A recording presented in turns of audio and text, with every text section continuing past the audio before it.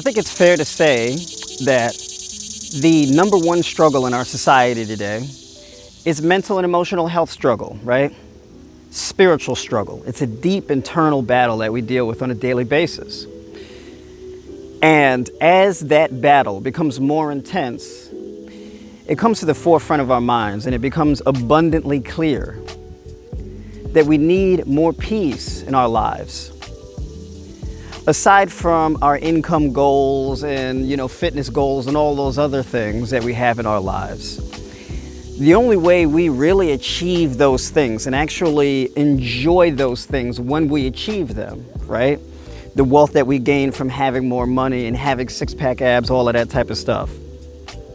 The only way we really achieve these things and enjoy the achievement of these things is when we have enough peace in our lives to enjoy them.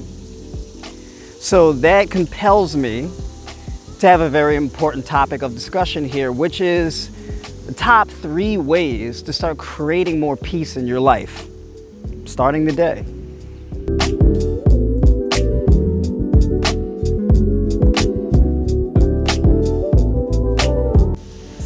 So number 1 on the list here is going to be detaching yourself, detaching ourselves from outcome. Now, what I mean by this is letting go of the attachment to success that creates an unhealthy level of anxiety. Some could argue that any level of anxiety is unhealthy, right? And I'm prone to agree with that sentiment, right?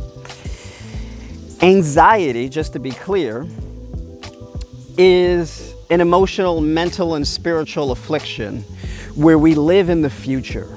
We have worries about the future, and uncertainty takes hold of our minds, right? So here's what that looks like.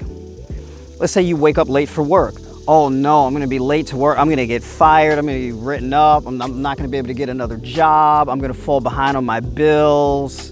I'm going to get evicted, right? All of these nightmare scenarios play in your head, right? It's this attachment to outcome, the focus on outcome, right? If you wake up 5, 10, or even 15 minutes late, being attached to particular outcomes leads you down this rabbit hole of disaster scenarios in your mind, right? Or those what if scenarios in your mind. What if, then this nightmare scenario, right? That kind of thing. Another great example of being attached to outcomes is, let's say I do this video. I put a lot of great information into this video for you to watch, but you never watch it, and it doesn't really get the views, it doesn't do well in the algorithm, it doesn't rank, or whatever the case is. And I put the editing and the time into making the video and getting this message out, and it does poorly. Nobody really sees it, all of that type of stuff. There's really no likes or comments on it, blah, blah, blah. I could look at that and feel, man, this video was really good and it didn't really do that well, and how come it's not really getting out there?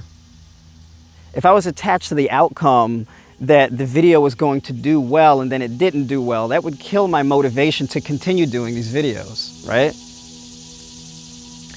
And so I'm doing this video and I'm not attached to whether or not the video does well in the YouTube algorithm or not. That doesn't really matter to me, right? I'm doing it because I feel compelled to do it. I'm talking about this because I feel compelled to talk about it, right? And people have told me, hey, your messages have really helped me a lot. So I like helping people a lot. I like putting out information that helps people. I like adding value to people's lives. Right? So it's not really a concern of mine whether or not as many people see it as possible. I'm not attached to the outcome of how many views and likes and comments it gets, or how much it grows my business or gets me new clients or whatever the case is. I'm not attached to that. I just do the video because I see the value in doing them. I enjoy doing them. I enjoy the work that I do. And so what I'm attached to, what I'm tethered to, is the fulfillment that I get from doing the work, right? Doing the work that I enjoy doing. And my enjoyment of that work is not attached to a particular outcome of that work, right? Artists create art, birds fly, fish swim. I do these videos, right? And the world keeps spinning. And it is not my concern what the outcome is. If I get a great outcome, that's amazing. Creates the joy that I get. It increases the joy that I get. It doesn't create it, but it increases the joy that I get. Knowing that, hey, it was pretty effective, right? That's a nice bonus. But it's just that. It's a bonus. So detach yourself from the outcomes by immersing yourself in the things that you enjoy. Not the outcomes that those things create, but just the joy of doing that thing that you like to do. Right? Enjoy your work. Enjoy your labor. Right? And you may say, well, I work a job I don't like. That's understandable. Well, you have options. You can get a job you do like, or you can just, when you get off work or you're done with your job, outside of your job, you do other things you do like. You spend your time doing the things that you do like, the things that you do enjoy. Choice is yours. You can do both of those things. You can do either or. Choice is yours, right? But the more you can detach yourself from outcomes, the more peace you will get in your life. Number 2 is learning to live with less. Some people, including myself, would describe this as a lifestyle of minimalism, right? You're happy with what you need. Now, when we talk about minimalism and learning to live with less, this means that you have a mindset where you're not deriving pleasure and fulfillment and joy, right? Happiness from the things you have, right? Some people say, I don't feel so good today. I'm gonna do some retail therapy. I'm gonna go buy a new pair of shoes. I'm gonna buy a new bag. I buy this, I buy that, right? And so basically what happens when you don't feel good, you feel kind of down, and you're used to engaging in retail therapy. The next thing you know, you end up having 10, 20, 30 pairs of shoes. You have 10, 15, bags. You have all different types of stuff, right? Fellas, you probably buy, shoes, cufflinks, I don't know, watches, technology, video games, whatever the case is. You buy all these things. This is a very toxic behavior because then you end up being cluttered with a whole bunch of stuff you don't need.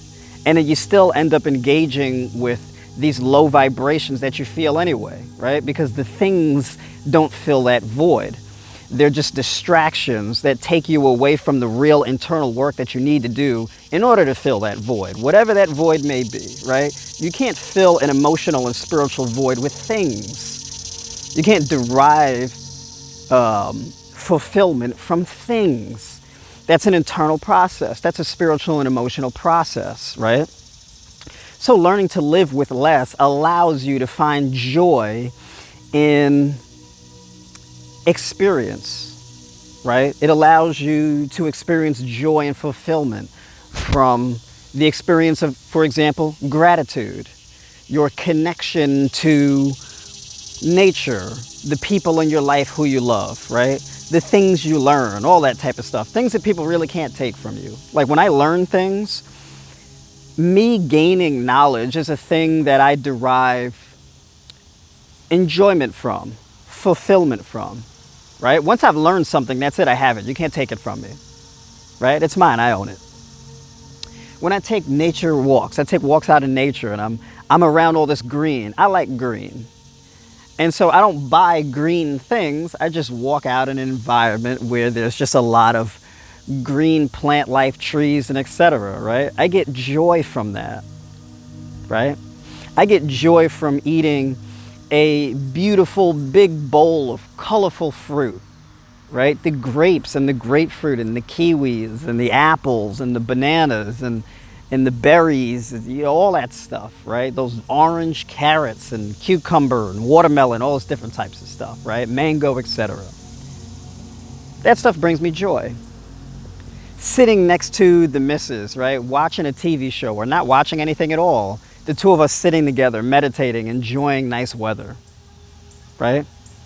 These are the things that I bring that give me joy, right? A clean environment, living in a clean environment.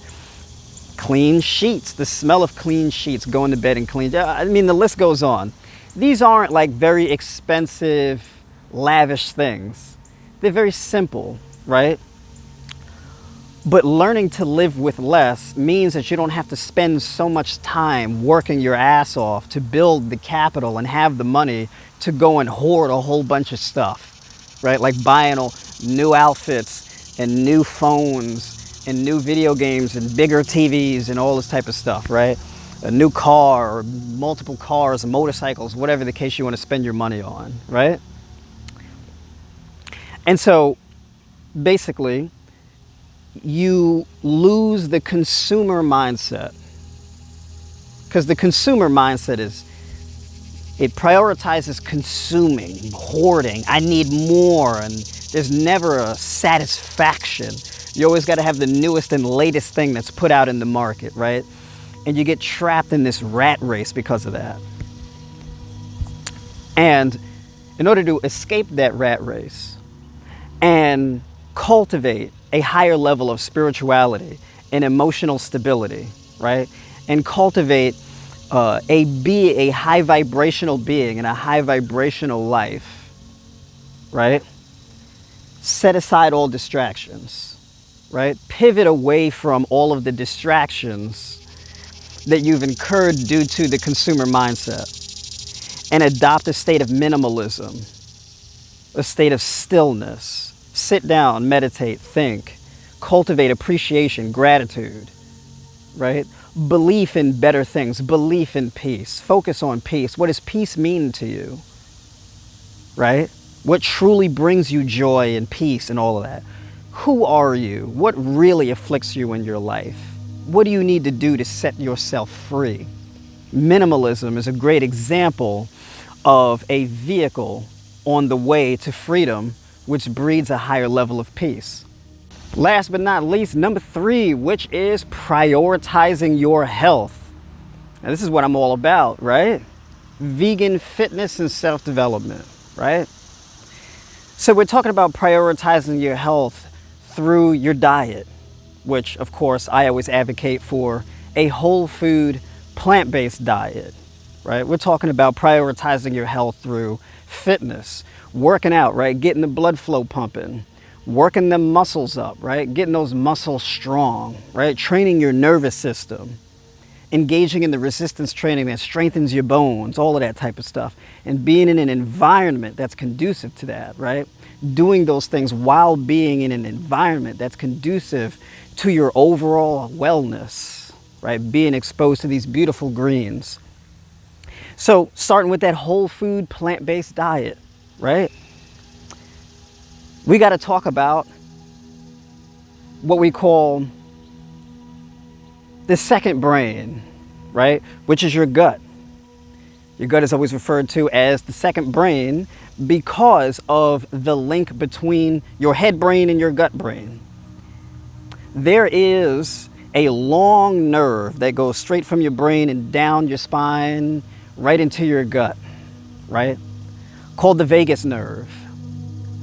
And when you eat, when you consume those beautiful, colorful, vibrant, delicious, nutritious, fiber-rich, whole foods, a lot of adjectives, they go in this way and down this way into your gut, and there's something in your gut called the microbiota, right? This refers to this little bacterial civilization in your gut called your good gut bacteria, your gut flora.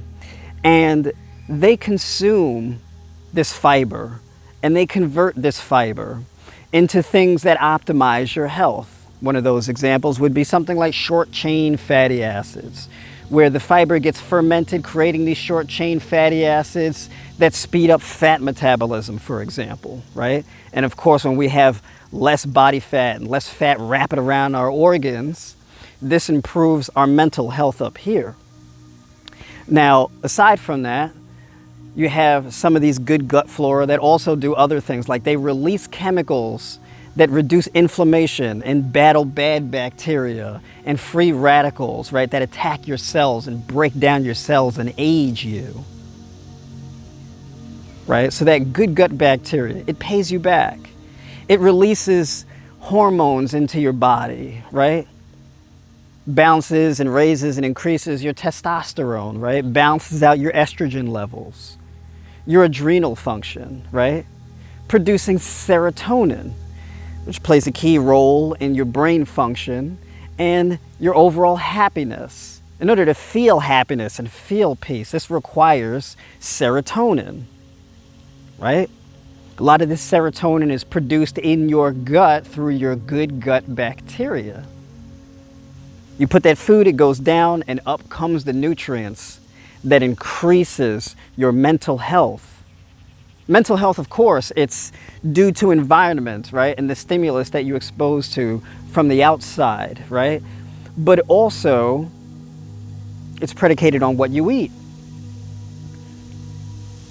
right? So prioritizing your diet, sitting out in nature, eating an abundance of healthy, delicious food, working out in nature, getting those resistance bands out and getting your workout in nature where it's quiet, right?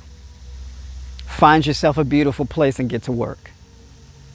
Sit out in nature and meditate, right?